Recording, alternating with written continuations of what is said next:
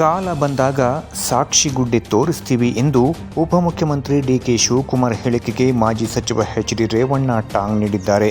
ಶ್ರವಣಬೆಳಗೊಳದಲ್ಲಿ ಮಾಧ್ಯಮದವರೊಂದಿಗೆ ಮಾತನಾಡಿದ ಅವರು ಬಂದರೆ ಕರೆದುಕೊಂಡು ಹೋಗಿ ಎಲ್ಲೆಲ್ಲಿ ಇಂತಹ ಕಡೆ ಸಾಕ್ಷಿಗುಡ್ಡೆ ಇದೆ ಅಂತ ತೋರಿಸ್ತೀನಿ. Hassan bus stand, Hassan Bengaluru railway ಮಾರ್ಗ, 900 ಕೋಟಿ ರೂಪಾಯಿ ವೆಚ್ಚದಲ್ಲಿ 24 ಮೇಲ್ಸೇತುವೆ, ಮೆಡಿಕಲ್ ಕಾಲೇಜಿಗೆ 250 ಕೋಟಿ ಕೊಟ್ಟಿದ್ದೀವಿ. ನಾವು ಕಟ್ಟೋದು, ಅವರು ಉದ್ಘಾಟನೆ ಮಾಡೋದು ಎಂದು ನಿನ್ನೆ ನಡೆದ ಕಾಂಗ್ರೆಸ್ ಜನಾಂದೋಲನ ಸಮಾವೇಶದಲ್ಲಿ ಉಪಮುಖ್ಯಮಂತ್ರಿ ಡಿಕೆ ಶಿವಕುಮಾರ್ ಹೇಳಿಕೆಗೆ ತಿರುಗೇಟು ನೀಡಿದರು.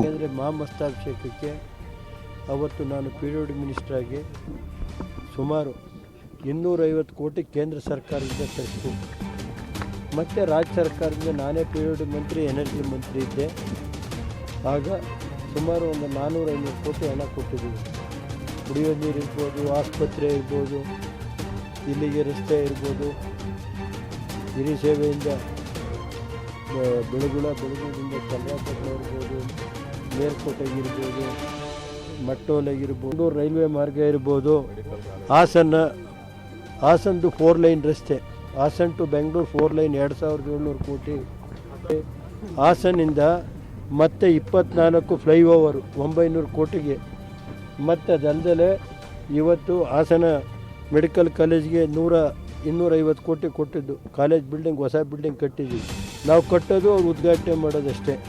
ಆಯ್ತೇನ್ರಿ? ಫ್ಲೈಓವರು 10 ವರ್ಷದಿಂದ ಫ್ಲೈಓವರ್ ಇತ್ತು, ಕಾಂಗ್ರೆಸ್ ಸರ್ಕಾರವೆಷ್ಟು ಮಾಡಿದ್ರಪ್ಪ. ಅಲ್ಲಿಂದ ಬಂದರೆ ಕೋರ್ಟ್ ಹಾಲ್ ಇರ್ಬೋದು, ಮತ್ತು ಇಂಜಿನಿಯರಿಂಗ್ ಕಾಲೇಜ್, ಈ 18 ಇಂಜಿನಿಯರಿಂಗ್ ಕಾಲೇಜಲ್ಲಿ 120 ಕೋಟಿ ಖರ್ಚು ಮಾಡಿರುವಂಥ ನಂಬರ್ 1 ಇಂಜಿನಿಯರಿಂಗ್ ಕಾಲೇಜ್ ಇದ್ದರೆ ಅದು ಹಾಸನ ಇಂಜಿನಿಯರಿಂಗ್ ಕಾಲೇಜು, ರಾಮನಗರ ಮತ್ತು ಮಸ್ಲೆ ಹೊಸಳ್ಳಿ ಇಂಜಿನಿಯರಿಂಗ್ ಕಾಲೇಜು. ಈ ಜಿಲ್ಲೆಯಲ್ಲಿ ಕಾಲೇಜ್ಗಳು ಹೆಂಗೆ ಮಾಡಿದ್ದೀವಿ, ವೆಟನರಿ ಕಾಲೇಜು, ಅಗ್ರಿಕಲ್ಚರ್ ಕಾಲೇಜು ಯಾವುದೂ ಇಲ್ಲ ಅನ್ನಂಗಿಲ್ಲ.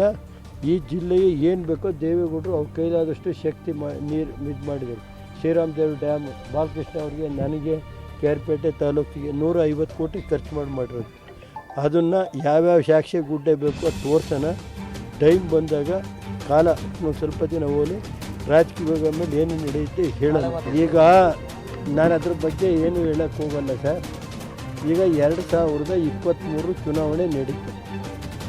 2018 ಕುಮಾರಣ್ಣ ಸರ್ಕಾರ ಹೋದ್ಮೇಲೆ 18 ಸರ್ಕಾರ 19 20 ಹೋಯ್ತು.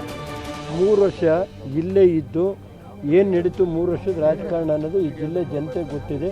ಈಗೇನು ಹೇಳಲ್ಲ. ಈಗ ಸಾಕ್ಷಿ ಗುಡ್ಡೆದು ಮಾತ್ರ ಹೇಳಿದ್ದೀನಿ, ಬಾಕಿದ ಆಮೇಲೆ ಹೇಳೋದು ನಡೀತು. ಆಯ್ತಪ್ಪ, ಒಕ್ಕಲಿಗರು ನಾಯಕರು ಬೆಳೆಸಿಲ್ಲ ಅಂತಂದರೆ ಈಗ ಪಾಪ B.L. ಶಂಕರ್ ನಾವಿದ್ದಾಗ ಇಲ್ಲೇ ಏನೇನಾಯ್ತಪ್ಪ, ಅಧಿಕಾರ ಏನೇನಿತ್ತಪ್ಪ.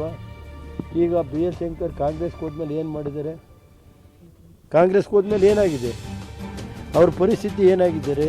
ಚಿತ್ರಕಲಾ ಪರಿಷತ್ತಲ್ಲಿ ಚಿತ್ರ ಬಿಡುಗಡೆ ಮಾಡ್ತಾಯಿದ್ರು, ನಡಿ ಪಾಪ ಅವರಿಗೆ ಒಳ್ಳೆಯದಾಗಿ.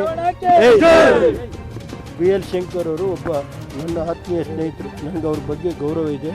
ಈಗಲಾರು ಒಂದು ಅವರಿಗೆ MLC ಕೊಟ್ಟು ಒಂದು ಮಂತ್ರಿ ಮಾಡಿ ನಮ್ಮ ಸಮಾಜದ ಗೌರವ ಉಳಿಸ್ಕೊಡಿ.